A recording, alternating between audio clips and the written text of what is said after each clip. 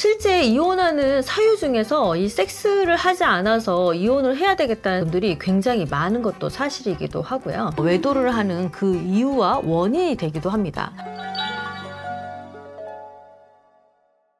안녕하세요. 부부해결사 정다원입니다. 부부관계에 여러 가지 문제가 생길 수 있는데 그 중에 유독 말하기도 좀 힘들고 그렇지만 말 안 하고 살자니 답답한 그런 내용들이 있죠. 그게 뭘까요? 바로 섹스리스 부부입니다. 부부 성관계는 매우 중요한 부분인데도 불구하고 드러내놓고 말하기도 좀 어렵고 그렇다고 참고 살기에는 너무 인생이 길고 이런 고민들을 하는 경우가 있는데요. 오늘 그 관련된 사연을 먼저 읽어보도록 하겠습니다. 안녕하세요. 결혼한 지 4년 된 35살 남자입니다. 오랜만에 아내와 관계를 가졌는데 그 후로 마음이 복잡해져서 이렇게 글을 써요. 사실 연애 때부터 아내는 체력이 약하고 성욕도 적은 편이었어요. 그래도 제가 아내를 너무 좋아했기에 결혼에 성공했죠. 그래도 신혼 때는 한 달에 한두 번 정도 관계를 가졌는데 아이를 낳고 나서는 더 뜸해졌어요. 최근에는 몇 달에 한 번 정도 하게 됐어요. 그마저도 제가 애원하다시피 해야 겨우 응해줍니다. 고민하다가 관계 후 제 불만을 얘기했더니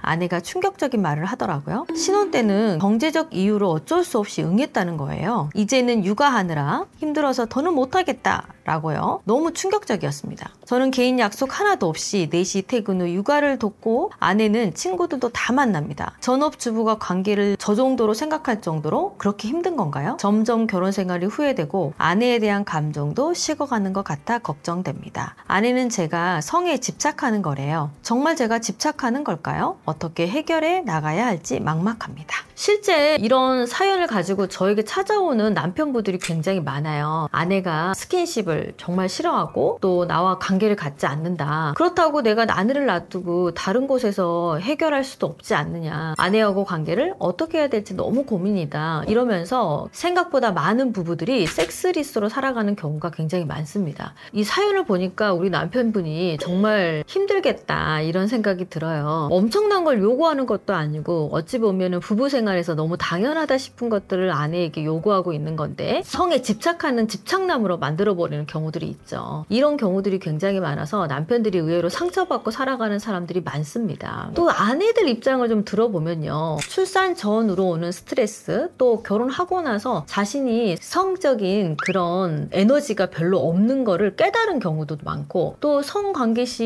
뭐 성교통이라고 하죠. 통증을 느끼는 그런 것 때문에 힘들어하는 경우도 있고 또 아이를 낳은 엄마들은 아이가 혹시 깨어가지고 부부관계를 볼까봐에 대한 스트레스 이런 것 때문에 남편과의 관계에서 멀리하는 경우도 많습니다. 그래서 아내는 무슨 이유인지도 좀 더 정확하게 들어볼 필요가 있기는 합니다. 실제 이혼하는 사유 중에서 이 섹스를 하지 않아서 이혼을 해야 되겠다는 분들이 굉장히 많은 것도 사실이기도 하고요. 외도를 하는 그 이유와 원인이 되기도 합니다. 가볍게 볼 만큼 하고 넘어갈 일은 아닌 것 같은 것이 이 섹스리스 부부입니다. 섹스리스 문제를 해결하기 위해서는 발생하는 이유와 원인을 먼저 찾아보는 게 되게 중요할 것 같아요.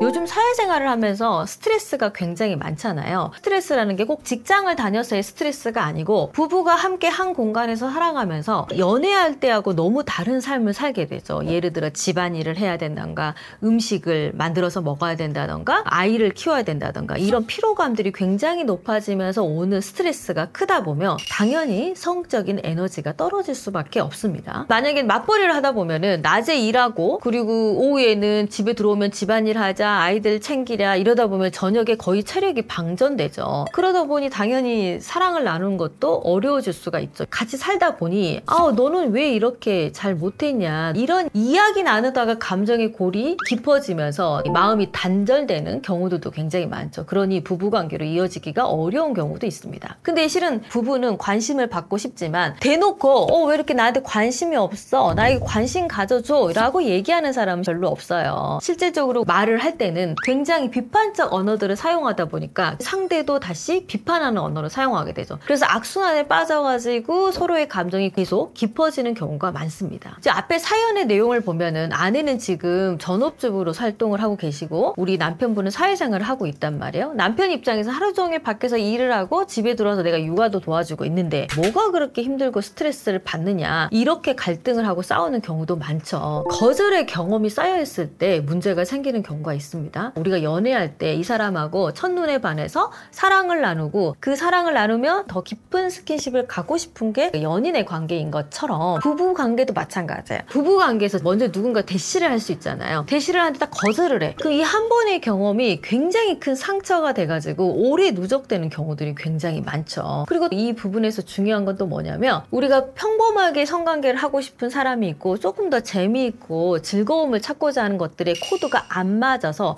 그것 때문에 거부하는 경우도 굉장히 많거든요. 실제 이런 문제들로 상담으로 오는 경우도 많이 있고요. 근데 이제 섹스리스 문제는 연애할 때부터 섹스를 하지 않는 경우들이 있어요. 예를 들자면 한 3, 4년 이상 연애를 계속 지속하면서 친구처럼 연애를 하는 거죠. 그렇게 해서 한 7년 정도 있다가 그래도 오래 만났으니까 이 친구랑 결혼을 해야 돼. 결혼하면 달라지겠지. 이렇게 막연한 생각을 가지고 결혼을 하는 경우가 있어요. 근데 막상 결혼했더니 몇 년 동안 안 했던 섹스가 결혼한다고 달라질까요? 쉽지 않다는 거죠. 요즘 또 딩크족이 워낙 많다 보니까 아이 뭐 굳이 안 하고 살아도 살 수 있는데 라고 생각을 해요. 이게 섹스리스로 끝나는 게 아니에요. 여러 가지 문제로 발전을 할 수밖에 없는데 예를 들어 양가 어른들의 생신이라던가 이런 행사를 참여해. 근데 왠지 이 욕구가 채워지지 않잖아요. 그러면 그런데 쫓아가고 싶지도 않아요. 아 내가 거길 왜 가? 니나 갔다 와. 짜증 섞이게 얘기를 한다던가 하다못해 돈을 쓰는 문제에서도 별거 아닌 걸 쓴 건데 이런 걸 왜 사? 이러면서 짜증이 섞여서 나오거나 또 아이들을 대하는 태도에서도 불만족스러운 태도를 굉장히 많이 갖을 확률이 높아요. 이 문제를 잘 해결하지 못하게 되면 결혼 후에 모든 생활 전반에 대한 문제가 생길 수밖에 없습니다. 실은 이 섹스리스 문제를 해결하기 위한 방법은 굉장히 다양한 방법이 있는데 일단 근본적인 것은 왜 섹스를 하지 않을까? 정말로 성적 에너지가 없는 것인지 불편한 것인지 아니면 감정에 문제가 있는 것인지 이거는 실은 체크를 좀 해볼 필요가 있어요. 섹스리스를 해결하기 위해서 몇 가지 솔루션을 드려보려고 하는데요. 제일 첫 번째는 사랑은 눈에서 느낄 수 있거든요. 그냥 눈빛으로 사랑한다는 느낌이 평소에 들 수 있었으면 제일 좋겠어요. 그게 먼저여야 되고 긍정의 언어, 공감의 언어를 먼저 사용하시는 게 제일 좋고요. 그리고 평소의 생활 습관에서 스킨십이 굉장히 필요하다고 생각해요. 길을 가릴 때 손을 잡아준다던가 머리를 좀 쓰담쓰담 해준다던가 이 터치를 먼저 좀 시작해 보시는 게 굉장히 좋겠다. 그리고 주부로서의 삶이 힘들다고 얘기를 하잖아요. 이 아내의 입장에서 봤을 때는 평생 해보지 않은 일을 하고 있는 중이에요. 근데 남편은 사회생활 하니까 난 할 만큼 다 하고 집안일도 하니 네가 뭐가 힘들어? 이 마인드 자체가 아내에게 전달됐을 확률이 굉장히 높거든요. 사람은 꼭 말하지 않아도요. 눈빛에서 느끼는 것과 감정에서 느끼는 언어들이 분명히 있습니다. 그래서 직접적으로 말로 하는 언어보다는 비언어적 표현으로 상처받을 확률이 굉장히 높은 공간이 이 가정이라는 공간입니다. 그래서 집안일도 좀 적극적으로 하고 아우 당신 이거 하느라고 진짜 힘들었겠다. 이건 내가 하는 게 좋겠어. 이렇게 적극성을 띠고 하는 게 굉장히 중요하다고 생각해요. 육아라는 걸 잘하는 것도 퇴근해서 일찍 들어오면 자기가 잘한 줄 알아요. 근데 그건 아니거든요. 퇴근해서 일찍 들어오면 뭐예요? 아무것도 안 하면 소용없지. 아이를 씻기고 입히고 아이를 위해서 책도 읽어주고 아이의 육아에 적극적으로 참여해주게 되면 남편이 예뻐 보이겠죠.